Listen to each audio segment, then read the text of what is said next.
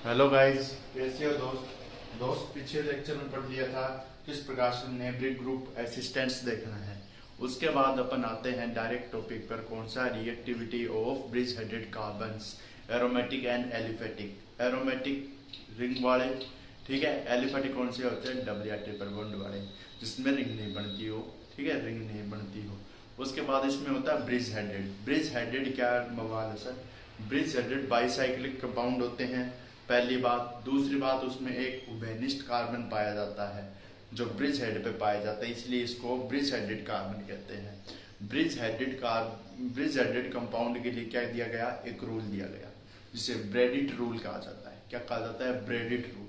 ब्रेडिट rule का मतलब क्या है, अगर आपके पास कोई रिंग है तो उसमें क्या हो जाना चाहिए, रिंग का हाइब्रिडाइजेशन sp2 नहीं होना चाहिए, ठीक है। अगर वह sp2 होगा तो प्लेनरिटी की कंडीशन आ जाएगी, लेकिन इसमें क्या होता है, ब्रिज हेडेड कार्बन का जो संकरण होता है वो sp2 हाइब्रिडाइज्ड नहीं होना चाहिए। तो ये होता है reactivity of aliphatic and aromatic, reactivity of aliphatic and aromatic bridge headed carbon. इसमें लिखिए भाई, एग्जांपल कराएंगे, इंपॉर्टेंट। ये ब्रिज हेडेड कंपाउंड, ब्रिज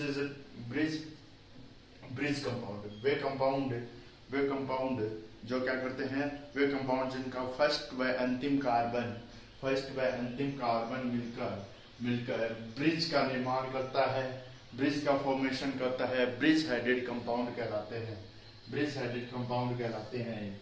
उसके बाद लिखिए बाईसाइक्लिक कंपाउंड, ये बाईसाइक्लिक कंपाउंड का एक प्रकार होते हैं। इसके बाद ब्रेडिट रूल लिखिए, bridge headed carbon do not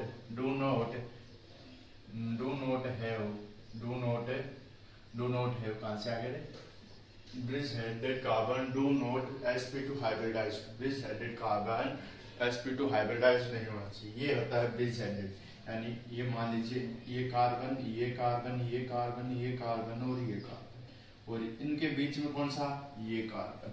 तो इससे और इससे बीच में कौन सा कार्बन जुड़ा है उसे बोलते हैं ब्रिज हेडेड। अब ये इस प्रकार से है, अब मैं क्या करूं, इसका धक्का देकर या क्या करूं, इसको हाथ डालकर बाहर खींच लूं, क्या खींच लूं रे बाहर, तो ये रिंग ऐसे आ जाएगी।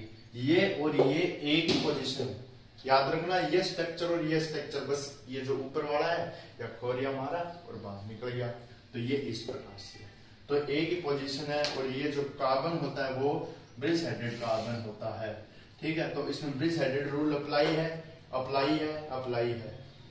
अब इसमें देखिए sp2 नहीं होना चाहिए, मैं आपके सामने दो कंडीशन लिख रहा हूँ, एक तो ये है भाई और दूसरा क्या है, किस प्रकार से है। एक तो ये है और एक ये है, मेरे को ये बता दो तुम बस, एक ये है और एक ये रिंग है, बाई चांस ये रिंग है और जिसमें ये है, बताओ ये ब्रिज हेडेड रूल को फॉलो करेगा या ब्रिज हेडेड कार्बन होगा, नहीं होगा। क्यों सर, डबल बॉन्डेड जिसमें पार्टिसिपेशन आ जाए या डबल बॉन्डेड के करेक्टर आ जाए, वो क्या हो जाता है, sp2 हाइब्रिडाइज होने के कारण प्लेनरिटी खो देगा। इसके बाद इनका स्टेबिलिटी ऑर्डर भी आएगा।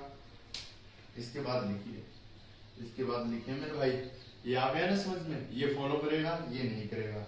एक कंडीशन और लिख रहा हूँ, बाई चांस अपने पास सेम चीज है, ठीक है, फॉलो बताना तेरे को कौन सा करेगा या कौन सा नहीं करेगा, sp2 हाइब्रिडाइज होगा या नहीं होगा। जैसे ये है, ये कार्बन है, ये नाइट्रोजन है, ये एल्पी है, ये कार्बन। कितने हो गए, 1 2 3 4 5, ठीक है।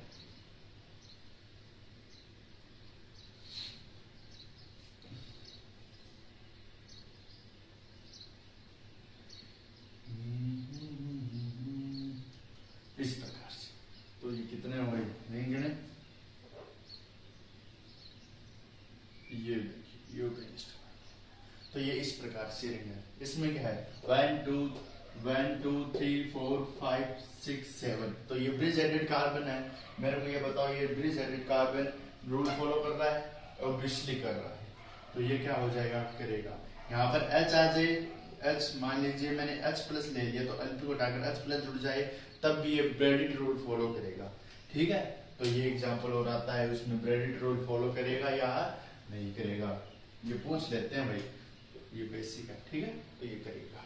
उसके बाद आता है अपना स्टेबिलिटी ऑर्डर। स्टेबिलिटी ऑर्डर किस प्रकार से तय होगा? एक बात याद रखिए भाई, जितने ज्यादा अल्फा हाइड्रोजन होते हैं ना, उसमें क्या होती है, हाइपर कॉन्जुगेशन ज्यादा होता है। हाइपर कॉन्जुगेशन होने के कारण प्लेनेरिटी भी या sp2 हाइब्रिडाइजेशन देखने को मिलता है। तो अपने स्टेबिलिटी ऑर्डर देखिए, इसमें स्टेबिलिटी ये किसकी है? एरोमेटिक ब्रिज हेडेड कार्बन की, एरोमेटिक ब्रिज हेडेड कार्बन की। फर्स्ट 2 3 स्ट्रक्चर है मेरे पास। कितने स्ट्रक्चर है मेरे भाई? 3। तो 3 स्ट्रक्चर है, तो इसमें अल्फा हाइड्रोजन की गिनती करें, ठीक है। 3 स्ट्रक्चर है, अल्फा हाइड्रोजन की क्या करें? गिनती करें। यहाँ पर मैं प्लस लगा रहा हूँ, तो इस रिंग को मैं खोल सकता हूँ भाई। कोई भी रिंग अगर आपको नहीं आती है ना, जैसे आपको ये रिंग पता नहीं चल रहा, तो अपन क्या करते हैं, सबसे पहले बेसिक रूप में ये से करते हैं। उस कार्बन का पता नहीं चल रहा है तो अपन ऐसे कर ले, ये रिंग ऐसे है, ठीक है, यहाँ पर कार्बोकेटाइन है, और ये रिंग फिर ऐसे है, और ये ऐसे है, और ये CH3 है। ये हाइड्रोजन पूरा कर दें, इसका हाइड्रोजन गणना स्टार्ट करें फिर भाई। ये कार्बोकेटाइन है, इससे डायरेक्ट जुड़े जितने भी कार्बन है वो अल्फा हाइड्रोजन युक्त है। ये 3 नहीं सॉरी, ये 2, ठीक है, और ये 2।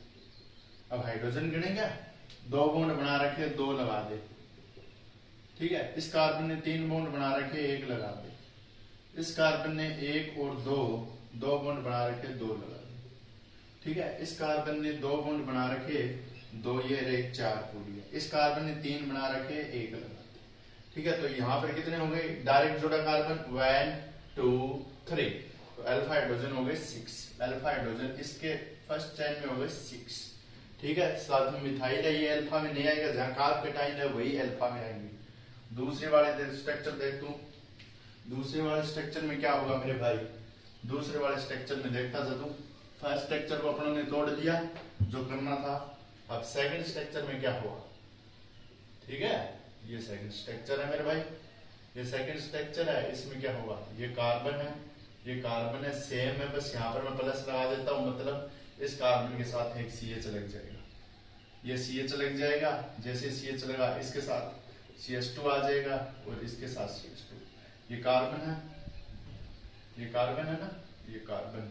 अब यहाँ पर देख, इसकी वैलेंसी देखो, यहाँ पर 2 वैलेंसी है, तो H2 लगा दूं, ठीक है। और यहाँ पर भी इस कार्बन की कितनी है? 1 2, 2 बॉन्ड बना रखे, H2 लगा दूं। ये कार्बन ने देख 1 2 3 बना रखे हैं, H लगा दूं, और यहाँ पर 2 वैलेंसी है।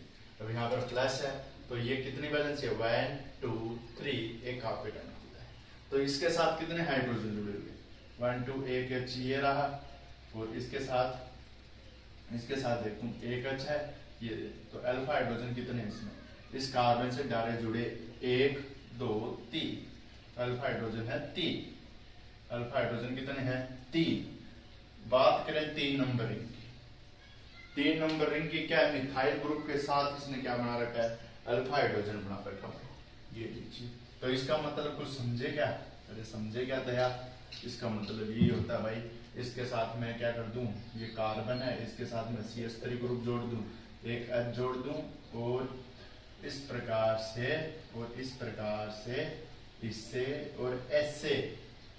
और यहाँ पर क्या है? H2 है, यहाँ पर H2 है, और यहाँ पर क्या है? H आ जाएगा। 1 2 3 H2 आएगा भाई, क्यों? अब यहाँ पर एक कार्बन है, यहाँ कार्बन है, यहाँ कार्बन है, यहाँ कार्बन है, यहाँ कार्बन है, यहाँ CH3 है। तो ये 1 2 3 है, हो गई पूरी वैलेंसी। अब इसकी देखे, इस कार्बन की 2 ये रही, 2 ये रहा, हो गई पूरी 4। और इस कार्बन की देखें 1 2, 2 ग्रुप बना रखे हैं, CH2 टेक, ठीक है। यहाँ पर कार्बोकेटाइन था ऑब्वियसली। अब देख तो कितनी हो गई? 1, इस कार्बन 1 2 3 4 पूरी हो गई। अब इस कार्बन से डायरेक्ट कितने जुड़े हैं? इस कार्बन से डायरेक्ट जुड़े हैं, उनकी देखनी है। तो ये कार्बोकेटाइन है। अब यहाँ पर देख, अल्फा हाइड्रोजन इससे जुड़े जितने हैं, तो 1 ये, 2 ये, 3 अल्फा हाइड्रोजन है 6। अब देख लो क्या मिला? अल्फा हाइड्रोजन 6 है, 6 है, 6 है। तो A और C तो आगे बराबर है, B आ गया कम। तो मैं एक बात बताऊं, इनका ऑर्डर क्या आएगा? इनका ऑर्डर बताऊं क्या आएगा? इनका ऑर्डर आएगा भाई साहब, इसमें ए और सी में तेरे को यहाँ सब्स्टिट्यूटेड, दोनों में क्या दिख रहा है, सब्स्टिट्यूटेड ग्रुप दिख रहे हैं। अब इनका ऑर्डर आएगा, देखिए जितने ज्यादा अल्फा हाइड्रोजन होते हैं उतनी ज्यादा क्या होती है, ये क्या होता है, अल्फा हाइड्रोजन ये कहां हो जाता है, डबल बॉन्ड कनेक्टर आ जाता है। इसके कारण से इनका ऑर्डर आएगा बी, फिर आएगा ए और फिर आएगा सी। ठीक है, ये स्टेबिलिटी, स्टेबिलिटी ये पहले आएगा सी, फिर आएगा बी और फिर ए। ऐसा क्यों हुआ, बी बीच में क्यों आया, ए क्यों नहीं आया, क्योंकि इसमें क्या है, प्लेनरिटी शो हो रही थी। ठीक है, ये ज्यादा प्लेनरिटी शो करेगा और इसमें, ठीक है, और यहाँ पर पहले सी क्यों आया, ये सी क्यों आया, इसमें क्या होगा, इसकी तुलना में इससे कम प्लेनरिटी शो होगा, जिसके कारण अल्फा हाइड्रोजन दोनों में बराबर है, लेकिन ये आएगा, फिर ये आएगा बी वाला। ठीक है, फिर कौन सा आएगा, बी वाला। तो इस प्रकार से ये हो जाएगा ऑर्डर। और उसके बाद अपन आएंगे किसमें, उसके बाद अपन पढ़ेंगे किस प्रकार से इनमें रिएक्शन होगी। तो लिखिए, ब्रिज हेडेड कार्बन में, ब्रिज हेडेड कार्बन में SN1 रिएक्शन तो बहुत ही कम प्रोसीड होती है, SN1 रिएक्शन बहुत कम प्रोसीड होती है, जबकि SN2 प्रोसीड होती नहीं है, प्रोसीड होती नहीं है। क्योंकि SN2 रिएक्शन में स्टीरिक हिंड्रेंस आ जाता है, स्टीरिक हिंड्रेंस आ जाता है, जिसके कारण न्यूक्लियोफाइल को जुड़ने के लिए जगह ही नहीं मिल पाती है, प्लेस ही नहीं मिल पाता है। ठीक है गाइस, तो देखिए किस प्रकार से। हाँ तो गाइस कैसे हो दोस्त, अब देखिए इसके बाद क्या देखना है आप लोगों को। Reactivity of aliphatic and aromatic substrate में मैंने बता दिया था SN1 और SN2, SN1 और SN2। उसके बाद देखिए क्या करना है। उसके बाद देखिए इसमें क्या है, मैंने एग्जांपल बताया था, SN1 में क्या हो जाएगी, हो तो जाती है, बहुत कम होती है, क्योंकि इसमें क्या होता है, जो कार्बेटाइन बनता है यहाँ से इसको CL क्या करेगा, नीचे की तरफ फेंकेगा। क्या फेंकेगा, नीचे की तरफ। तो ये पॉजिटिव आ जाएगा, जो यहाँ पर कार्बेटाइन बन जाएगा। इसमें कार्बेटाइन क्या होता है, इसमें जो प्लेनरिटी होती है वो क्या कर नहीं पाता, अज्यूम ही नहीं कर पाता, जिसके कारण क्या हो जाती है, जिसके कारण ये bridge headed carbon SN1 reaction show कर देता है, लेकिन ये नहीं करता।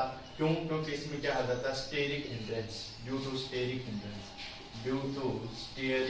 हिंड्रेंस। इसके कारण, स्टेरिक हिंड्रेंस के कारण। तो ये है ऐसा। तो मिलेंगे नेक्स्ट लेक्चर में, तब तक के लिए tata bye bye. Okay guys, मिलते हैं नेक्स्ट हेडिंग के साथ, बाय।